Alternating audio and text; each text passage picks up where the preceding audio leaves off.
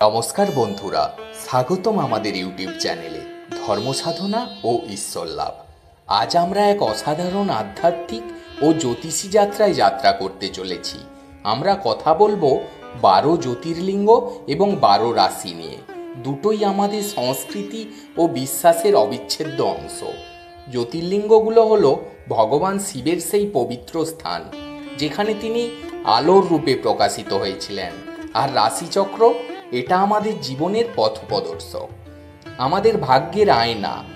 আজকের এই ভিডিওতে আমরা এই দুটো বিষয়ে গভীর ডুব দেব, জানবো তাদের ইতিহাস, তাৎপর্য আর কিভাবে এগুলো আমাদের জীবনকে প্রভাবিত করে। তাই আরাম করে বসুন, এক কাপ চা নিন, আর চলুন শুরু করা যাক এই আলোর যাত্রা। ভিডিওটি শেষ পর্যন্ত দেখুন, কারণ আমরা শেষে কিছু আকর্ষণীয় তথ্য শেয়ার করব। আর হ্যাঁ, লাইক, শেয়ার আর সাবস্ক্রাইব করতে ভুলবেন না। বেল আইকন টিপে নোটিফিকেশন চালু করুন যাতে নতুন ভিডিও মিস না হয়। প্রথমে আসুন জেনে নিই জ্যোতির্লিঙ্গ কি। জ্যোতির্লিঙ্গ শব্দটি এসেছে জ্যোতি অর্থাৎ আলো এবং লিঙ্গ অর্থাৎ প্রতীক থেকে। এগুলো হলো ভগবান শিবের সেই পবিত্র স্থান যেখানে তিনি আলোর রূপে আবির্ভূত হয়েছিলেন। পুরাণ অনুসারে ভারতে মোট 12টি জ্যোতির্লিঙ্গ রয়েছে, আর প্রতিটির নিজস্ব গল্প, ইতিহাস এবং তাৎপর্য রয়েছে। এই 12টি জ্যোতির্লিঙ্গ হল সোমনাথ গুজরাটে অবস্থিত, মল্লিকার্জুন অন্ধ্রপ্রদেশে অবস্থিত, মহাকালেশ্বর মধ্যপ্রদেশে অবস্থিত, ওমকারেশ্বর মধ্যপ্রদেশে অবস্থিত, কেদারনাথ উত্তরাখণ্ডে, ভীমাশঙ্কর মহারাষ্ট্রে, বিশ্বেশ্বর বা কাশী বিশ্বনাথ উত্তরপ্রদেশ, ত্রম্বকেশ্বর মহারাষ্ট্রে, বৈদ্যনাথ ঝাড়খণ্ডে, নাগেশ্বর গুজরাটে, রামেশ্বরম তামিলনাড়ু, কৃষ্ণেশ্বর মহারাষ্ট্র। এই 12টি জ্যোতির্লিঙ্গ ভারতের বিভিন্ন প্রান্তে ছড়িয়ে রয়েছে, আর প্রতিটি স্থানই লক্ষ লক্ষ ভক্তের তীর্থস্থান। আজ আমরা প্রতিটি জ্যোতির্লিঙ্গের গল্প, পৌরাণিক কাহিনী আর তাদের আধ্যাত্মিক তাৎপর্য জানব। চলুন বন্ধুরা, এবার আমরা 12 জ্যোতির্লিঙ্গের পবিত্র যাত্রায় প্রবেশ করি। প্রতিটি জ্যোতির্লিঙ্গের নিজস্ব ইতিহাস, পৌরাণিক কাহিনী এবং আধ্যাত্মিক তাৎপর্য রয়েছে। আমরা প্রতিটি জ্যোতির্লিঙ্গ নিয়ে বিস্তারিত আলোচনা করব, এর গল্প, মন্দিরের সৌন্দর্য এবং কেন একটি ভক্তদের কাছে এত গুরুত্বপূর্ণ। তাই প্রস্তুত হন, কারণ এই যাত্রা হবে অবিস্মরণীয়। আমাদের যাত্রা শুরু হচ্ছে গুজরাটের প্রভাসপাটনে অবস্থিত সোমনাথ জ্যোতির্লিঙ্গ দিয়ে, যা 12 জ্যোতির্লিঙ্গের মধ্যে প্রথম এবং সবচেয়ে প্রাচীন বলে বিবেচিত। সোমনাথ নামটি এসেছে চন্দ্রদেব থেকে, কারণ পুরাণ অনুসারে এখানে চন্দ্র শিবের পূজা করে তার অভিশাপ থেকে মুক্তি পেয়েছিলেন। শিবপুরাণে বলা হয় চন্দ্রদেব তার 27 জন স্ত্রী নক্ষত্রদের মধ্যে শুধু রোহিণীকে ভালোবাসতেন। এতে ক্ষুব্ধ হয়ে তার শ্বশুর দক্ষ চন্দ্রকে অভিশাপ দেন যে তিনি ক্ষয় রোগে ভুগবেন। শিবের কৃপায় চন্দ্রদেব এখানে পূজা করে মুক্তি পান, তাই এই স্থানের নাম হয় সোমনাথ অর্থাৎ চন্দ্রের প্রভু। সোমনাথ মন্দির বহুবার ধ্বংস হয়েছে মোহাম্মদ গজনবীর আক্রমণ থেকে শুরু করে অন্যান্য আক্রমণকারীদের হাতে, কিন্তু প্রতিবারই এটি পুনর্নির্মাণ হয়ে যায়। চন্দ্রদেব এখানে সর্বদা খুশি থাকেন। 1951 সালে সর্দার বল্লভভাই প্যাটেলের তত্ত্বাবধানে বর্তমান মন্দিরটি নির্মিত হয়। এখানে শিবের দর্শন মানুষের পাপ মোচন করে এবং মানসিক শান্তি দেয়। ভক্তরা বিশ্বাস করেন সোমনাথের পূজা জীবনে সমৃদ্ধি ও স্বাস্থ্য আনে। সোমনাথ মন্দির সমুদ্রের তীরে অবস্থিত, যা এর সৌন্দর্যকে আরও মনোরম করে। মন্দিরের শিখরে একটি সোনার কলস রয়েছে। প্রতিদিন সন্ধ্যায় এখানে আলোর শোভাযাত্রা বা লাইট অ্যান্ড সাউন্ড শো হয়, যা শিবের গল্প বর্ণনা করে। সোমনাথ সারা বছরই খোলা থাকে।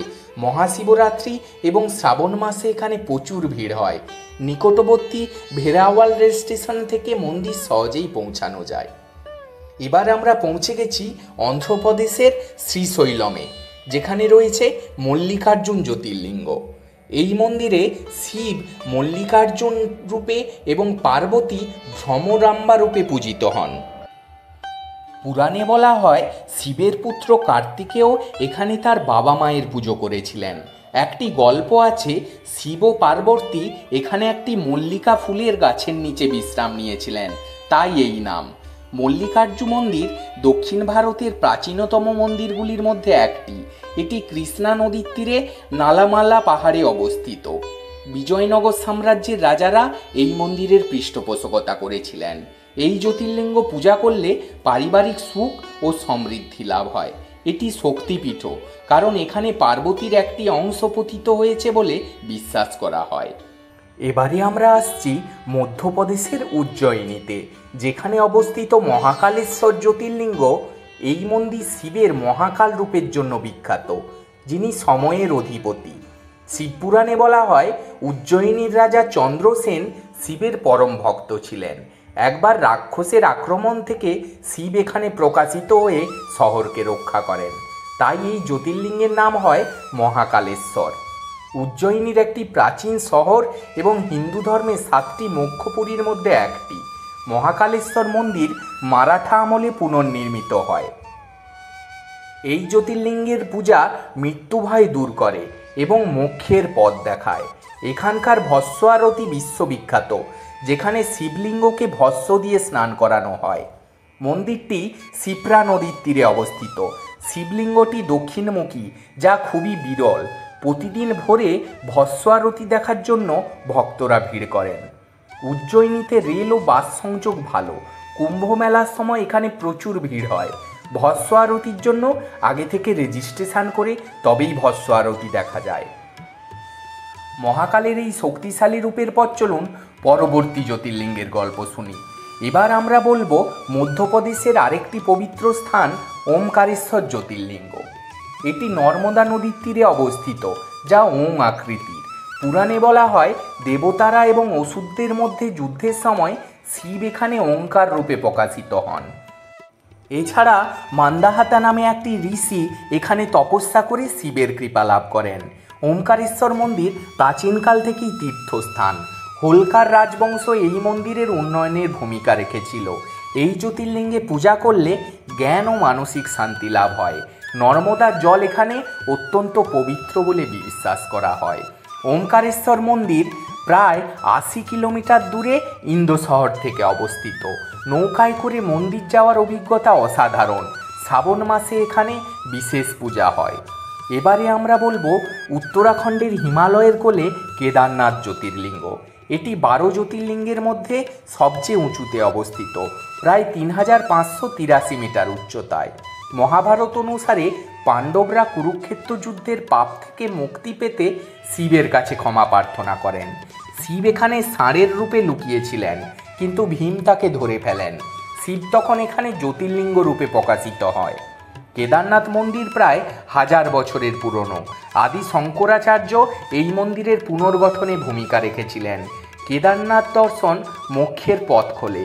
এটি চারধাম যাত্রার একটি অংশ। ভক্তরা এখানে শান্তি ও আধ্যাত্মিক জাগরণ খোঁজেন। মন্দিরটি পাথর দিয়ে তৈরি, যা হিমালয়ের কঠিন আবহাওয়া সহ্য করে। শিবলিঙ্গটি ত্রিকোণাকার। শীতকালে মন্দির বন্ধ থাকে আর শিবলিঙ্গ উঠিমঠে স্থানান্তরিত হয়। কেদারনাথ পৌঁছতে গৌরীকুণ্ডু থেকে 16 কিলোমিটার ট্রেক করতে হয়। মে থেকে অক্টোবর পর্যন্ত মন্দির খোলা থাকে। শীতল পোশাক ও শারীরিক ফিটনেস অবশ্যই প্রয়োজন। বন্ধুরা, এবার বলবো ভীমশঙ্কর জ্যোতির্লিঙ্গ। এটি সহ্যাদ্রি পাহাড়ের গভীর জঙ্গলে অবস্থিত। পুরাণে বলা হয় ভীম নামে এক রাক্ষস শিবের ভক্ত কুম্ভকর্ণের পুত্র ছিল। সে দেবতাদের উপর অত্যাচার করত। শিব এখানে প্রকাশিত হয়ে তাকে পরাজিত করেন এবং জ্যোতির্লিঙ্গ রূপে স্থাপিত হয়। ভীমাশঙ্কর মন্দির 1300 শতাব্দীতে নির্মিত। মারাঠা শাসকরা এটির উন্নয়ন করেন। এই জ্যোতির্লিঙ্গ পূজা করা শত্রুদের হাত থেকে মুক্তি দেয় এবং মানসিক শক্তি বাড়ায়। মন্দিরটি প্রাকৃতিক সৌন্দর্যে ঘেরা। শিবলিঙ্গটি বেশ বড় এবং প্রাকৃতিকভাবে গঠিত। মন্দিরের কাছে রয়েছে ভীমা নদীর উৎস। বন্ধুরা, এবার বলবো ভারতের আধ্যাত্মিক রাজধানী বারাণসীতে কাশী বিশ্বনাথ জ্যোতির্লিঙ্গ। এইটি শিবের প্রিয় স্থান বলে বিশ্বাস করা হয়। পুরাণে বলা হয় শিব এখানে বিশ্বনাথ রূপে বিরাজ করেন। এবং কাশীকে মোক্ষের দ্বার বলা হয়। এখানে শিব স্বয়ং প্রতিটি মৃত ব্যক্তির কানে তারক মন্ত্র বলেন। বর্তমান মন্দির 1780 সালে রানী অহল্যাবাই হোলকার নির্মাণ করেন। এটি বহুবার ধ্বংসের শিকার হয়েছে। কাশী বিশ্বনাথ দর্শন মোক্ষ প্রদান করে। এখানকার পূজা জীবনের সকল পাপ ধুয়ে দেয়। মন্দিরটি গঙ্গার তীরে অবস্থিত। শিবলিঙ্গটি ছোট কিন্তু অত্যন্ত শক্তিশালী।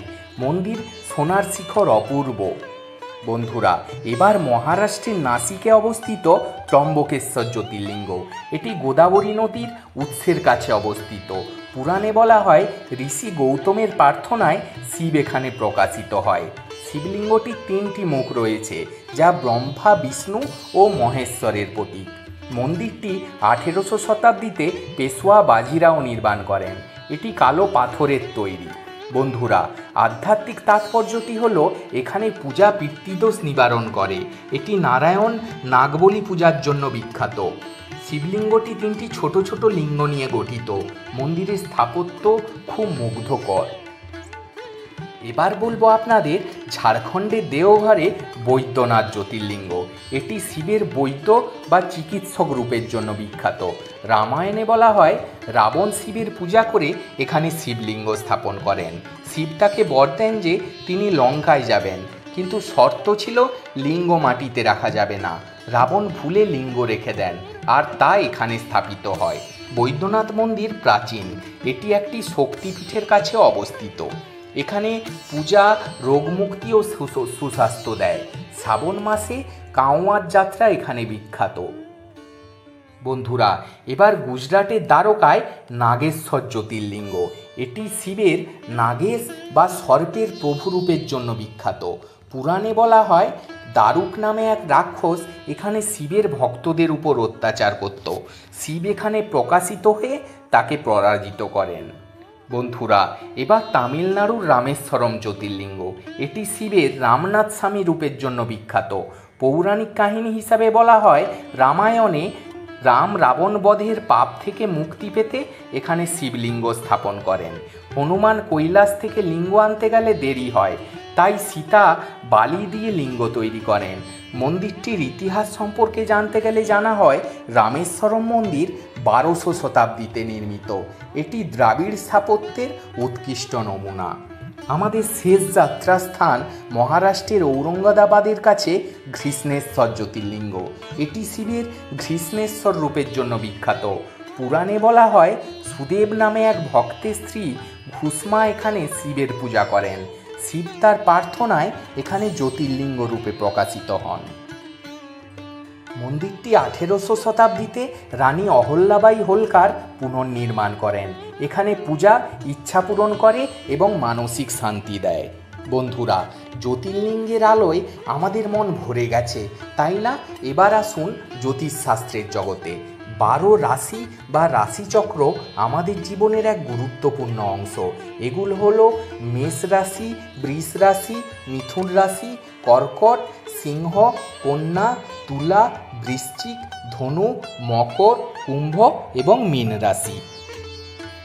প্রতিটি রাশির নিজস্ব বৈশিষ্ট্য রয়েছে। গ্রহের প্রভাব আর জীবনের উপর প্রভাব রয়েছে। আমাদের জন্মের সময় চন্দ্র বা সূর্য যে রাশিতে থাকে তাই আমাদের রাশি নির্ধারণ করে। চলুন এবার প্রতিটি রাশির বিশদে যাই। এবার আমরা প্রতিটি রাশির বৈশিষ্ট্য, গ্রহের প্রভাব আর জীবনের উপর তাদের প্রভাব জানব। মেষ রাশি রাশিচক্রের প্রথম রাশি। এর অধিপতি মঙ্গল গ্রহ। মেষ রাশির জাতকরা সাহসী, উদ্যমী আর নেতৃত্ব দেওয়ার ক্ষমতা রাখেন, তবে এদের অধৈর্য হওয়ার প্রবণতা থাকে। এই রাশির জন্য শুভরত্ন হলো মোঙ্গা। কর্কট রাশির অধিপতি চন্দ্র। এই রাশির জাতকরা স্নেহশীল, সংবেদনশীল আর পরিবারের প্রতি নিবেদিত, তবে এরা মাঝে মাঝে অতিরিক্ত আবেগপ্রবণ হয়ে পড়েন। এদের জন্য শুভরত্ন হলো মুক্তা। এবার দেখা যাক পরবর্তী রাশির গল্প। এখন প্রশ্ন হলো, জ্যোতির্লিঙ্গ আর রাশির মধ্যে কি কোনো যোগসূত্র আছে? আধ্যাত্মিকভাবে জ্যোতির্লিঙ্গগুলি হলো আমাদের জীবনে শক্তি ও আলো দেয়, আর রাশি আমাদের ব্যক্তিত্ব ও ভাগ্যের ফল দেখায়। কিছু জ্যোতিষী বিশ্বাস করেন নির্দিষ্ট জ্যোতির্লিঙ্গের পূজা নির্দিষ্ট রাশির জাতকদের জন্য বিশেষ ফলদায়ক। যেমন মেষ রাশির জাতকরা রামেশ্বরম জ্যোতির্লিঙ্গের পূজা করা অবশ্যই শুভ। তবে সবচেয়ে বড় কথা, শিবের আরাধনা সকলের জন্য মঙ্গলকর। আপনি যদি জ্যোতির্লিঙ্গ দর্শন করতে চান তাহলে পরিকল্পনা করে যান। প্রতিটি মন্দিরে নিজস্ব নিয়ম, সময় আর তীর্থযাত্রার পথ রয়েছে। রাশির কথা বললে আপনার রাশি জেনে তার শুভরত্ন বা মন্ত্র জপ করতে পারেন। সবচেয়ে গুরুত্বপূর্ণ, শিবের প্রতি ভক্তি আর নিজের কর্মের প্রতি সৎ থাকুন। আপনাদের যদি রাশি সম্বন্ধে কোনো জিজ্ঞাসা থাকে অবশ্যই কমেন্টে জানান। কমেন্টে আমি আপনাদের উত্তর দিয়ে দেব। বন্ধুরা, আজকের এই যাত্রা কেমন লাগলো? আমরা 12 জ্যোতির্লিঙ্গ ও 12 রাশির গল্প জানালাম, যা আমাদের আধ্যাত্মিক ও জ্যোতিষী জ্ঞানকে সমৃদ্ধ করেছে। আপনার প্রিয় জ্যোতির্লিঙ্গ বা রাশি কোনটি? কমেন্টে জানান। আর হ্যাঁ, এই ভিডিও লাইক করুন, শেয়ার করুন আর সাবস্ক্রাইব করতে ভুলবেন না। পরবর্তী ভিডিওতে আমরা আরেকটি আকর্ষণীয় বিষয় নিয়ে আসব। ততক্ষণ ওম নমঃ শিবায়। ভালো থাকবেন, সুস্থ থাকবেন।